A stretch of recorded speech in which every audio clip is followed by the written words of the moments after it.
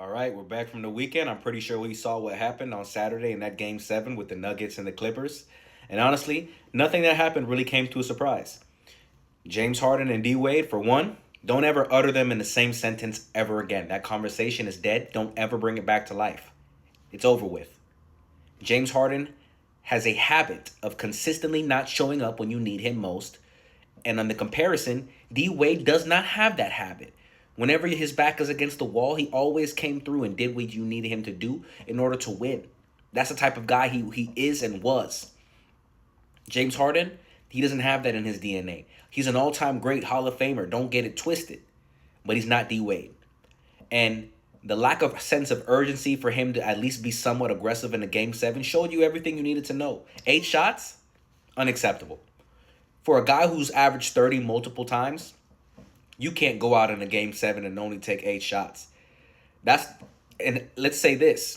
I'm also going to pinpoint and highlight the fact that Lawrence Frank made the wrong idea and basically choosing James Harden over Russell Westbrook. Should have never traded for James Harden to begin with.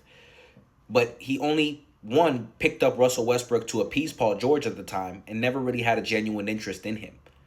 Because if you saw how the Clippers looked before they traded for James Harden, that was a completely different team. And then once James came, that team never got that spark or that life back that they had before they had James.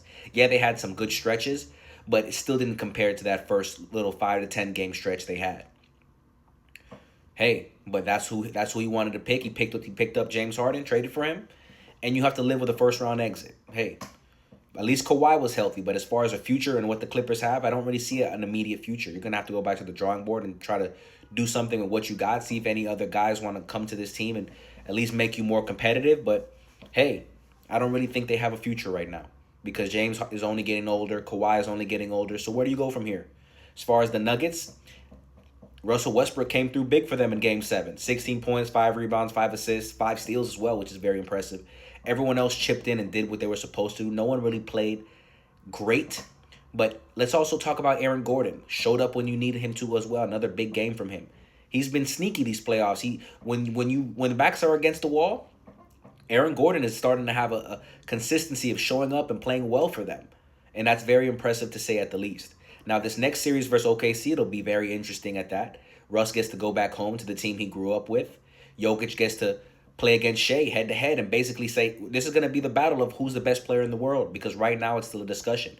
MVP hasn't been announced yet, and I think this series may play a key factor into who wins the MVP, whether you like it or not. But we'll see what happens.